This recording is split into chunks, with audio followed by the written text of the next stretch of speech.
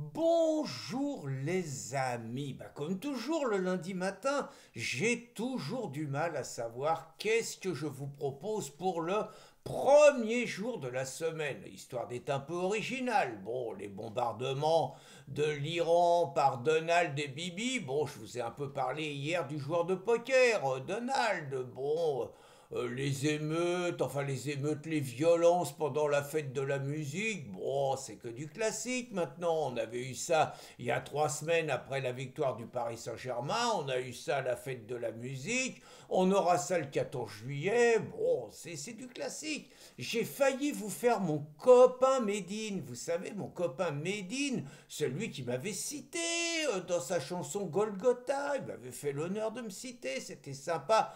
Puis là, Médine, il m'a ému quand même, hein, parce qu'il était sur scène, je sais pas où, hein, et donc j'ai regardé la fin, c'était touchant. Alors ils ont commencé à faire taper dans les mains, il y avait Manon Aubry qui était là, qui s'est fait prendre en photo avec lui. Donc ils ont commencé à taper dans les mains avec leur mot d'ordre Siamo tutti antifascisti. Siamo tutti antifascisti. Et puis après, ils ont bifurqué sur nous sommes tous des enfants de Gaza.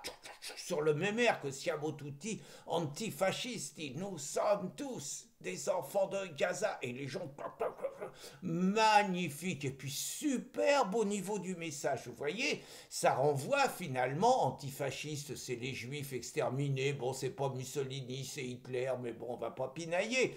Donc vous voyez, c'est les juifs. Donc nous sommes tous finalement les musulmans.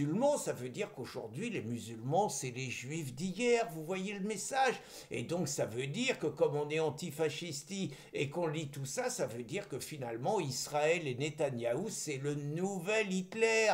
Et tout ça, ça passe en douceur magnifique. Du grand art, chapeau les mecs. Mais bon, je me suis dit finalement que j'allais m'occuper de ma grande copine Élise Lucet. Ah, Élise, vous savez qu'à riposte laïque, on a parfois la rancune un peu tenace, c'est pas faux, et qu'on se souvient fort bien du reportage particulièrement putassier, crapuleux, malhonnête, partial, bref, du service public, sur France 2, son émission, l'a envoyé spécial, où donc elle avait fait un reportage sur Calac, nous présentant évidemment comme des salauds, et montrant que finalement l'immigration, il y en avait toujours eu en France, il y en avait partout dans le monde, que ça participait à la richesse. Ils avaient donné la parole aux deux, trois pro-migrants de Calac, là, la famille Lagrule, les vétos, les gauchos un peu dégénérés qui représentaient qu'eux-mêmes, mais évidemment, ils n'avaient pas donné la parole à Bernard Germain, à Catherine Blin, à tous ceux qui, là-bas, animaient quand même un tout petit peu les trucs, quoi, vous voyez. Bon, moi, j'animais un tout petit peu les manifs. Non, non, nous, on est méchants, fallait pas qu'on ait la parole. Alors, vous pensez bien que quand un magazine comme Frontières, ils sont vraiment bien, ces petits jeunes, hein, fait un reportage en démasquant, en mettant à nu Élise Lucet, je dis pas Jordan Florentin qui a fait le reportage, a imposé de force un striptease fasciste à Élise Lucet, hein, je dis pas ça. Mais je dis par contre que son reportage, c'est du costaud, et j'avoue que, bon, je me rappelais de Calac, je me rappelais de deux, trois trucs, mais j'avais oublié quand même un paquet de méthodes de la gonzesse, quand même, elle est particulièrement gonflée, c'est-à-dire, c'est la mise en scène de quelque part de l'interpellation publique d'une personnalité politique. Le mec est absolument pas préparé, on lui saute dessus, c'est une agression vraiment, avec interpellation, question très agressive et tout. Alors il fait ça avec Sarkozy, vous voyez, attention, hein, a fait ça qu'avec les salauds de droite, hein, elle emmerde jamais les gens de gauche, Élise, elle est dans le service public, hein, attendez, hein.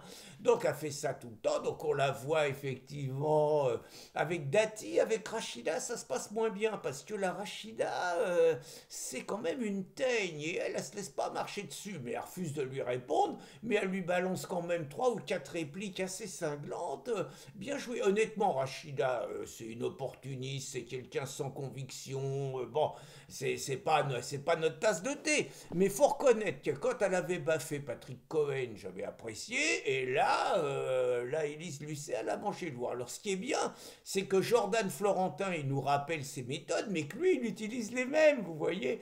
C'est-à-dire qu'il se pointe dans les locaux de France 2, exactement comme elle le fait en rentrant sans être invité dans certains endroits, et puis bah, il reprend ses méthodes. Alors, est-ce que je peux la voir? Est-ce que je peux rester là et tout? Ils sont pas contents, les mecs. Ils révèlent quand même qu'Élise Lucet, qui passe son temps à pourfendre les prétendus riches, c'est quand même une nana qui touche 25 000 € par mois avec nos impôts. Alors, si elle les valait encore, moi, j'ai pas de problème à ce que les bons soient bien payés. J'ai pas de problème. Mais bon, surtout, Jordan, il montre que c'est une nana qui bosse pas, qui est malhonnête journalistiquement, qui prépare pas ses dossiers, elle montre un mec, un influenceur là que Jordan va interroger à 2H, je crois.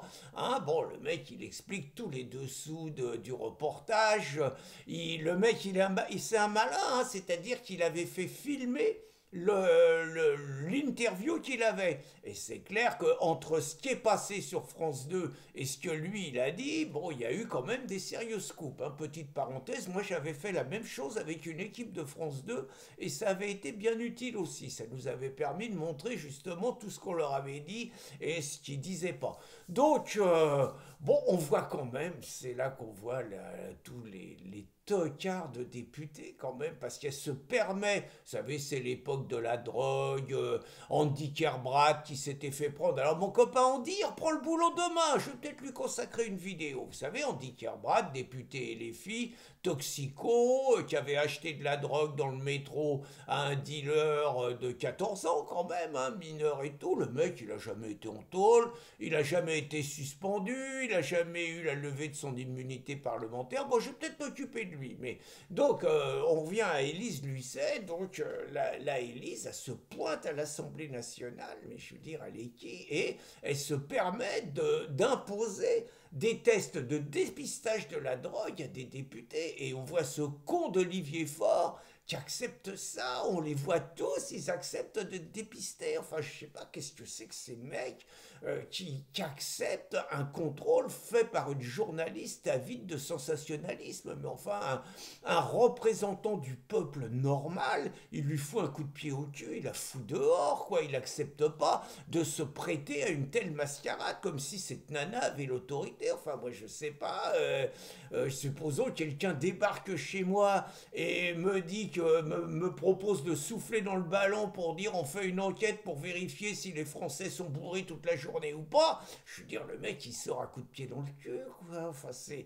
Et là, vous voyez des députés, des mecs du peuple, soi-disant qui nous défendent, qui se soumettent à cette greluche. Enfin, c'est invraisemblable.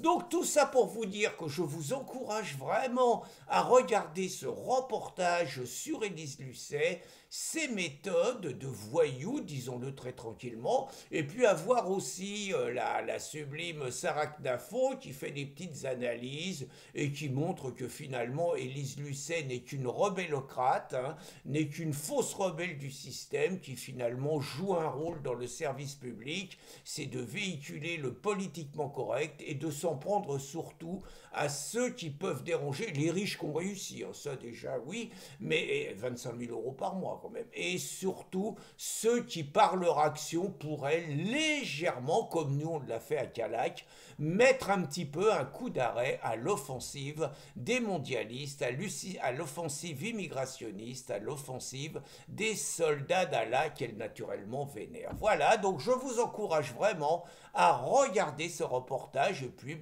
filer un petit coup de main à Frontières, vous allez vous régaler. Bonne journée les amis!